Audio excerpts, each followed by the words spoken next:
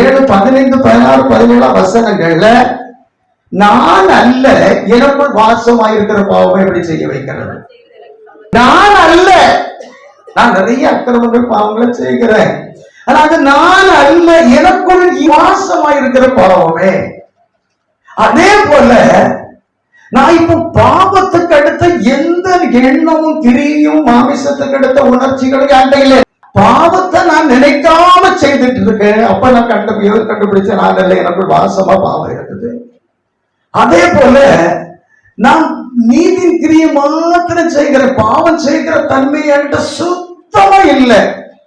முன்னால பாவம் செய்கிறது மாத்திரம் இருந்தது நான் அல்ல.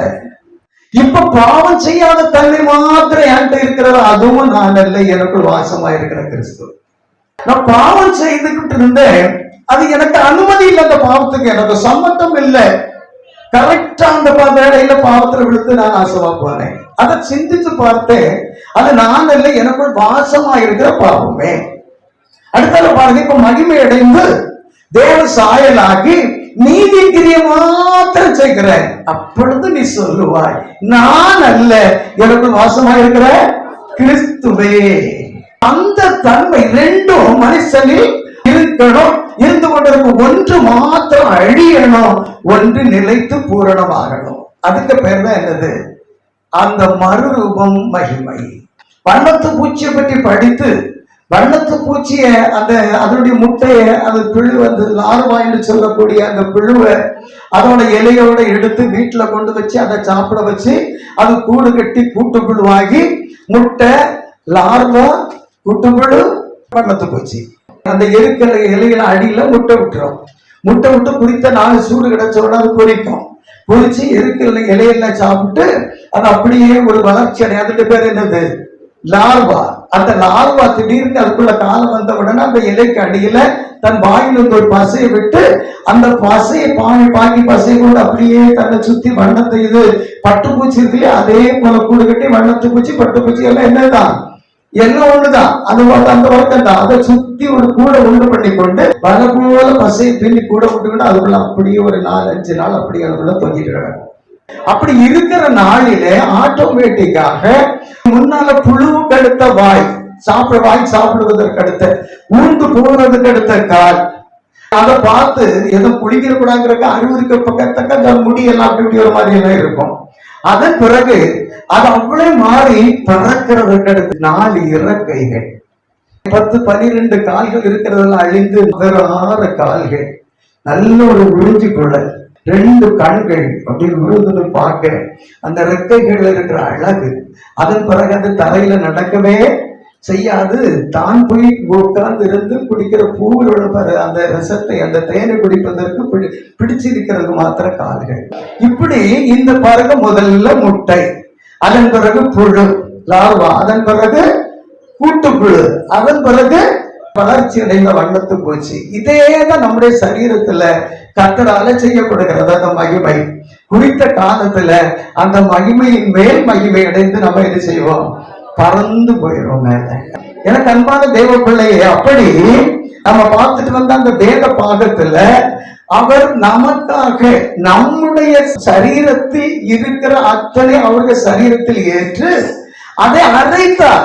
சிலுவையில் அரைக்கப்பட்டது நாம், நம்மை பாவத்துக்குள்ளாக்கின பிசாசுடைய கிரியைகள். எதை சிலுவையில் அறைந்தார் என்று எழுதப்பட்டிருக்கிறது. எபேசியர் 2:16 படிச்சீங்கன்னா பகையை சிலுவையினால் கொன்று என்று அங்க எழுதப்பட்டிருக்கும். பகை என்கிற மாமிசமும் மாமிசத்தில் தன்மையில் இருக்கிற அத்தனையும் தன்னுடைய சரீரத்தில் ஏற்றார், அதை அழித்தார். இப்ப அந்த யாருக்குள்ள இருந்து அவருக்குள்ள வந்தது? விசுவாசித்தவர்களுடையதெல்லாம் அவங்க சரீரத்துல ஏறி அழிக்கப்பட்டது. அவங்க என்ன செய்தாங்க? மகிமை அடைந்து மறுரூபம் ஆனார்கள். ஏற்கனவே நம்ம யாராத்தான் சிருஷ்டித்திருக்கிறாரு? நம்முடைய சாயலாக நமது ரூபத்தின்படி. அதனால அதை திரும்ப நமக்குள்ளாக வட்டடிக்க வேண்டியது இல்லை. அவைகளுக்குள்ளாக கிறிஸ்துவின் தன்மை அவ்வளவு ஏற்றுவதற்காக கிறிஸ்துவுக்கு சமமாக நம்மை சிருஷ்டித்தார். நமக்கு சமமாக கிறிஸ்துவுக்கு சரீரத்தை கொடுத்தார். நம்முடைய சரீரத்தில் இருக்கிறதை விட அதிக பாவத்தை ஏற்றுவதற்கு பாவம் உள்ளவராக இயேசுவை அவருக்கு கொடுத்தார். இயேசுவில் அது இருந்தது. அதனால ஸ்திரீயின் தன்மையை அங்க அடையாளப்படுத்தி உனக்கும் ஸ்திரீக்கு ஒன்றுத்துக்கு அவ்வளவுத்துக்கு என்ன செய்வேன். ஆதாம் இருந்தால் ஏவாள் இருந்தார். ஏவாள் பாவம் செய்தால் ஏவோட பாவம் தான் மனுஷத்தில் அடிமட்ட பாவம். அதனால அதை விட ஒரு பாவி இருந்து அவர் ரட்சிக்கப்படாம போயிடக்கூடாது என்பதற்காக ஸ்திரீயின் அந்த ஏவாளுடைய அந்த தன்மையை பாவத்துக்கு அற்றமானதாக கத்தர் கண்டு அதை விட ஒரு பாவிக்கு வந்து ரட்சிக்கப்படுவதற்கு வழியெல்லாம் போயிடக்கூடாது. அதனால அப்படி ஒரு ஸ்திரீயின் வித்துக்குள்ளால அவரை கொண்டு வந்து அவருக்கு அந்த கிறிஸ்துவானி ஜீவனை அவருக்குள்ள கொடுத்து மனுஷனாக உலகத்துல வந்து அந்த ஸ்திரீயின் வித்துக்குள் இருக்கிற அவ்வளவு தன்மையும் அவருக்குள் இருந்து அழித்தார் கர்த்தர்.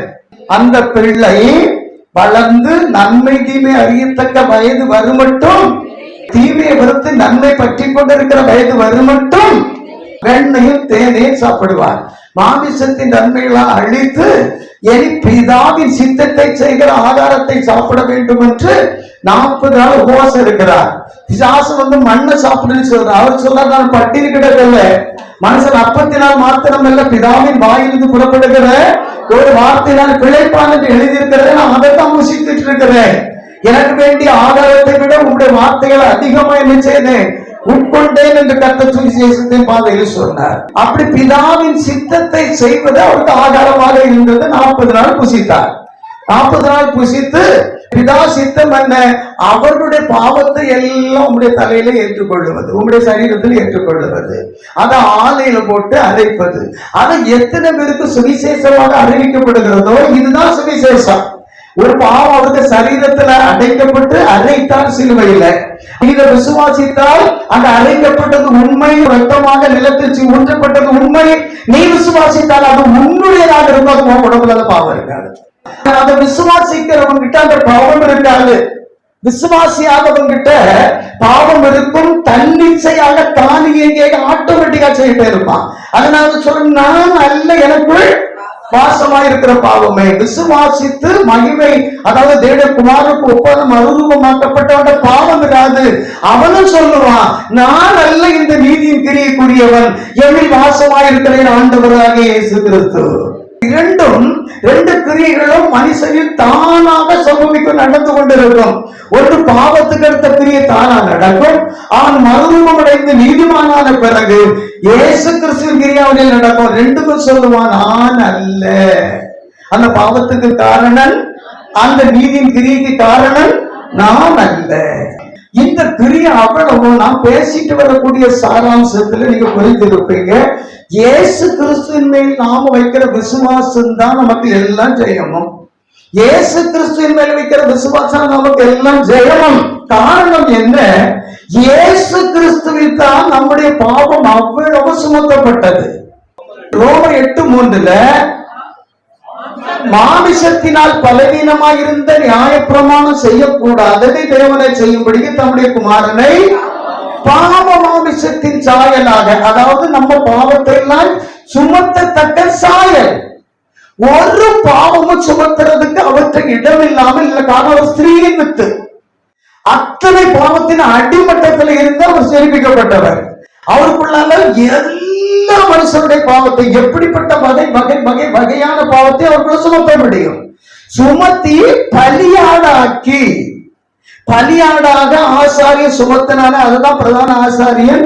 உங்களுக்கு ஒன்று தெரியாது, உலகத்துல எல்லா மனுஷரும் அழிவதற்கு பதிலாக ஒருவன் சாவது நல்லதுன்னு உங்களுக்கு தெரியலையா? நம்ம எல்லாரும் பாவத்துல சாவதற்கு பதிலாக இயேசு மாத்திரம் பாவத்துக்கு அழிக்கப்பட்டால் நமக்கு நல்லது அல்லவா? எப்படிதான் அவன் பாவத்தை அவருக்கு தலையில என்ன செய்தான், அவன் சுமத்தினான். அப்படியே வழியாக வேதம் அறையல்லக உண்மை நீதி சத்தியத்தின் பாதையில கடந்து வந்திருக்கிறது. அதுல படி எனக்கு அன்பான தெய்வ பிள்ளையே, மத்தேயு சுவிசேஷம் 1:21 அவள் ஒரு குமாரனை பெறுவாள், அவருக்கு இயேசு என்று பெயரிடுவார்கள். ஏனெனில் அந்த இயேசுவில் அந்த ஜனங்களுடைய பாவங்கள் என்ன செய்யப்படும், நீக்கப்படும். யோவான் 1:12 அந்த நாமத்தின் மேல், இயேசு என்கிற நாமத்தின் மேல் விசுவாசம் உள்ளவர்களாகி அவரை ஏற்றுக்கொண்டவர்கள் எத்தனை பேர், அத்தனை பேருக்கும் தேவனுடைய பிள்ளைகள், அதாவது இயேசு கிறிஸ்துவனுடைய மாறு சந்ததி. கிறிஸ்துவை அனுப்பி கிறிஸ்துவை அவங்க எல்லாருக்குள்ளே கொண்டாட்டார். கிறிஸ்துவை மனுஷனுக்குள்ளாக அழித்து மனுஷங்களை அவ்வளவு வரை கிறிஸ்துவாக கண்டார்.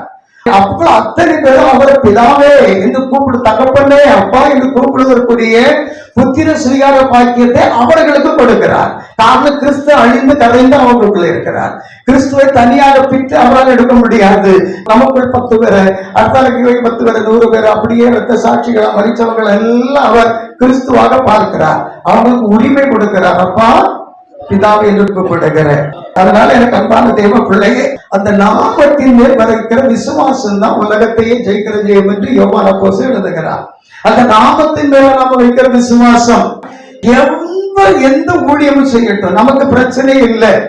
எவ்வளவு கோடீஸ்வரர்களாக, எவ்வளவு பேர் உள்ளவர்களாக, பிரஸ்தா உள்ளவர்களாக அவங்க உலகத்துல வாழட்டும். எனக்கு அன்பான தேவ பிள்ளையே, உனக்கு வைக்கப்பட்டிருக்கிற இந்த உலகத்துல எந்த உயர்வான ஸ்தானத்திற்கும், இந்த உலகத்திலேயே ஒரு பெரிய பெயர் பெற்ற வல்லரசும் பெரிய ஒரு ஐஸ்வர்யம் எல்லாத்தையும் சிறந்த நாடாக இருக்கிற அமெரிக்க நாட்டினுடைய பிரசிடென்டாக, ஜனாதிபதியாக வந்து தேர்ந்தெடுக்கிற ஒரு காலம் ஒருத்தருக்கு இருந்து, அவனை விட ஜெயில கிடக்கிறவன், தொழுநோயாளியாக சாக்கடையில கிடக்கிறவன், அவன் இந்த இயேசு கிறிஸ்துவின் சாயரூபம் மறுரூபப்படுத்துவான்னா அவனை விட பல 1000 மடங்கு இந்த தொழிலாளி பாக்கியவான்.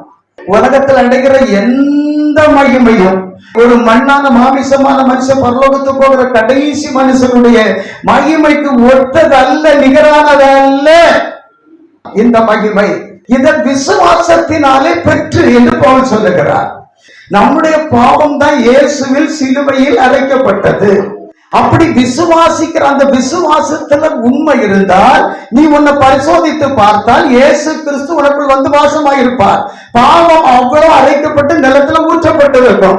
அப்பொழுது பாவம் எனக்கு தெரியாம வந்தது, இப்பொழுது நீதியின் கிரி எனக்கு தெரியாம வந்தது நீ சொல்லுவாய். காரணம், எனக்குள் வாசமாயிருக்கிற இயேசு கிறிஸ்து நீதியின் கிரியை செய்ய வைக்கிறார். அல்லேலூயா.